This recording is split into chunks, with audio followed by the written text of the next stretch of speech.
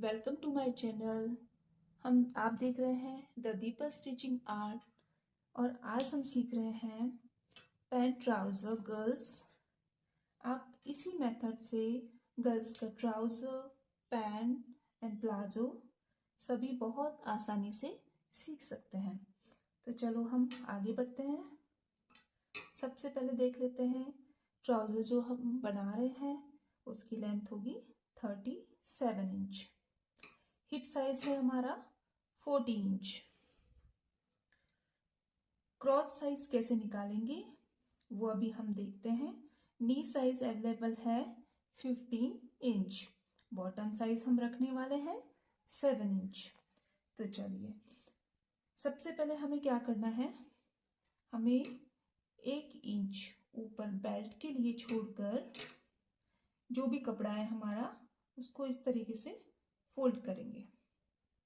कपड़े को फोल्ड करने के बाद ऊपर से बेल्ट के लिए 1 इंच, आपके पास इलास्टिक 1 इंच का है तो आप 1 इंच छोड़िए। इलास्टिक आपके पास 1.5 इंच का, 1.25 इंच का है तो आप उतना ही ऊपर छोड़ देंगे। उसके बाद इंच टेप रख के और फुल लेंथ का मेजरमेंट करेंगे। जहां भी फुल लेंथ आती है वहां पे एक सीधी लाइन ड्रॉ करेंगे।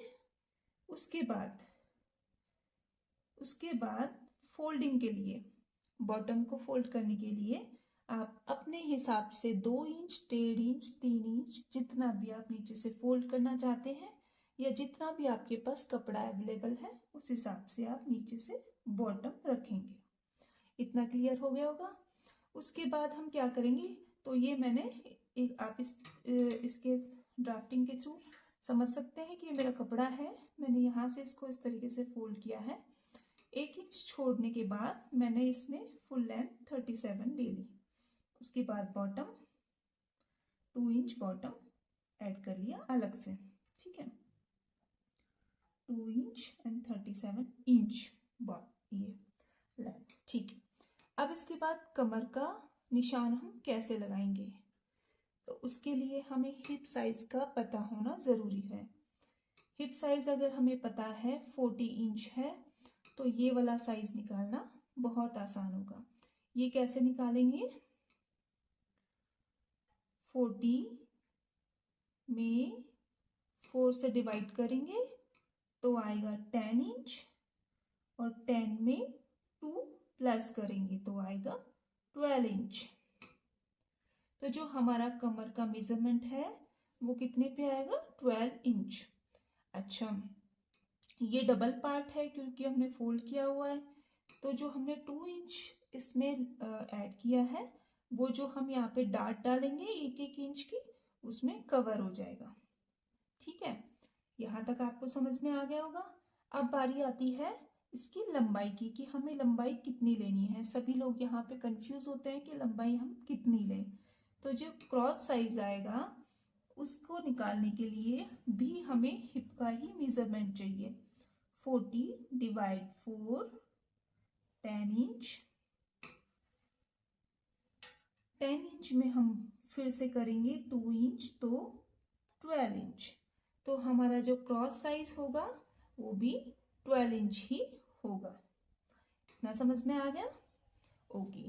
फिर एक लाइन इस तरीके से ड्रॉ करेंगे, एक लाइन इस तरीके से ड्रॉ करेंगे और एक बॉक्स बना लेंगे। उसके बाद क्या करेंगे, हम यहां से हम समथिंग 2.5 इंच पे, अगर आपको थोड़ा लूज लूज पहनना है 2.5 इंच पे, अगर थोड़ा फिटिंग में पहनना है तो 2 इंच पे इसको बढ़ा के क्रॉच को लेंगे। मैंने यहाँ 2.5 इंच लिया है, इस तरीके से ले लेंगे। और इसका जो कर्व होगा वो बहुत गहरा ना होके कम कर्वी बनाएंगे। क्यों, क्योंकि जिससे कि यहाँ पे खिंचाव ना आए, ठीक है। यहां तक समझ में आ गया।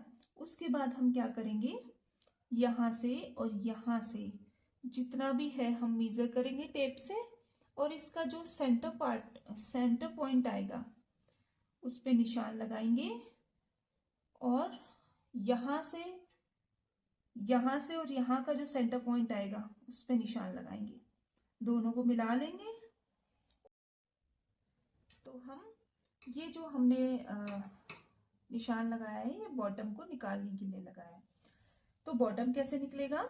बॉटम निकालने के लिए हम ये जो हमारे पास पॉइंट मिला है, इस पॉइंट के जितना भी हमें बॉटम लेना है, हमारा बॉटम साइज है यहाँ पे 7 इंच, तो 3.5 इंच इधर और 3.5 इंच इधर हम एक निशान लगा लेंगे दोनों साइड में। तो ये हमें बॉटम मिल गया। ठीक है, आप बॉटम को कैसे मिलाएंगे? अगर आपके पास कर्व स्केल है तो आप कर्व स्केल की हेल्प से बहुत इजीली बॉटम को यहाँ से इस पॉइंट से, इस पॉइंट से और इस पॉइंट से इस पॉइंट तक मिला लेंगे। अगर आपके पास कर्व स्केल नहीं है तो आपको यहाँ पे 1 इंच का दोनों साइड एक मार्क लगाना है इसके सेंटर में। नी जो पॉइंट होता है उसको निकालने के लिए भी हम इन दोनों पॉइंट्स का सेंटर निकालते हैं। उस सेंटर पे हमें 1 इंच अंदर की साइड दोनों साइड निशान लगा के और धीरे धीरे अपने हाथ से कर्व बना लेना है। तो इस तरीके से एक लाइन ड्रॉ कर लेनी है जिससे फिटिंग भी अच्छी आ सके। अच्छा, एक चीज, एक प्रॉब्लम और लोगों के साथ आती है कि उनका यहाँ से खिंचाव आता है प्लाजो के अंदर, पैंट के अंदर। तो खिंचाव का रीजन क्या है? उस खिंचाव का एक ही रीजन है, अगर हम इसको सीधा सिल देते हैं, कर्व नहीं डालते हैं, तो वो खिंचता है। क्योंकि आप कभी नोट करना, अपने लेग्स का जो शेप होता है वो इसी तरीके से होता है कर्व में। अगर आप कर्व शेप नहीं देंगे तो वो खिंचाव बना रहेगा। इसलिए इम्पोर्टेंट है कि आप थोड़ा सा कर्व शेप में आए। इसमें अच्छे से कर्व नहीं हुआ है तो इसको थोड़ा सा ऊपर से कर्व देना है इस तरीके से, तो हमारा बॉटम भी आ गया।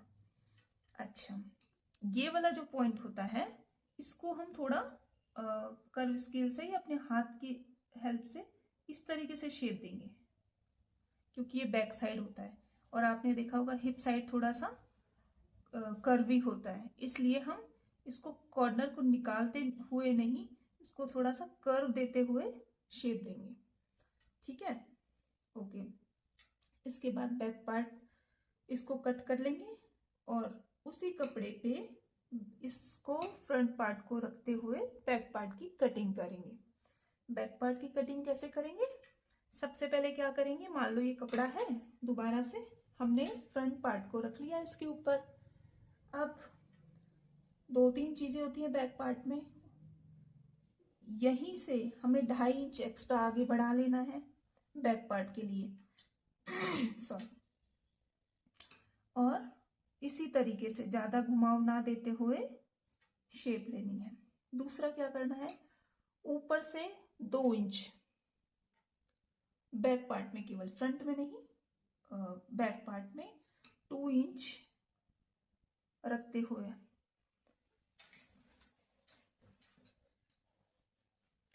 ऊपर से 2 इंच रखकर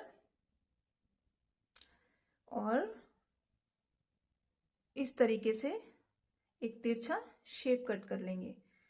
क्यों करेंगे? क्योंकि जब भी हम बैठते हैं तो हमारा बैक साइड से प्लाजो पैंट नीचे की साइड खिसकता है। अगर हम बैक से थोड़ा एक्स्ट्रा लेंगे तो वो नीचे नहीं आएगा। ओके, और जिस तरीके से हमने फ्रंट की कटिंग की है उसी तरीके से यहाँ से 2.5 इंच, यहाँ से 2.5 इंच लेके नीचे से 1.5 इंच लेते हुए हम इसको इस तरीके से निशान लगा लेंगे। नीचे से कम लेंगे, 1.5 इंच समथिंग हम नीचे से ले लेंगे, ऊपर से 2.5 इंच ले लेंगे और सेम उसी तरीके से कर्व देते हुए हम कटिंग कर लेंगे। इधर वाला पार्ट में हमें कोई भी चेंजेस नहीं करना होता, हम सेम टू सेम ऐसे ही रख के हम इसको कट कर लेते हैं। बॉटम हम पहले ही से ही ले चुके होते हैं तो बैक में बॉटम नहीं देना होता। तो आई थिंक सब कुछ कवर हो गया। अगर कुछ छूट गया है तो आप प्लीज़ कमेंट करके पूछ सकते हैं। आई होप आपको ये वीडियो अच्छा लगा होगा, तो लाइक करें, कमेंट करें और शेयर करें। Thank you for watching.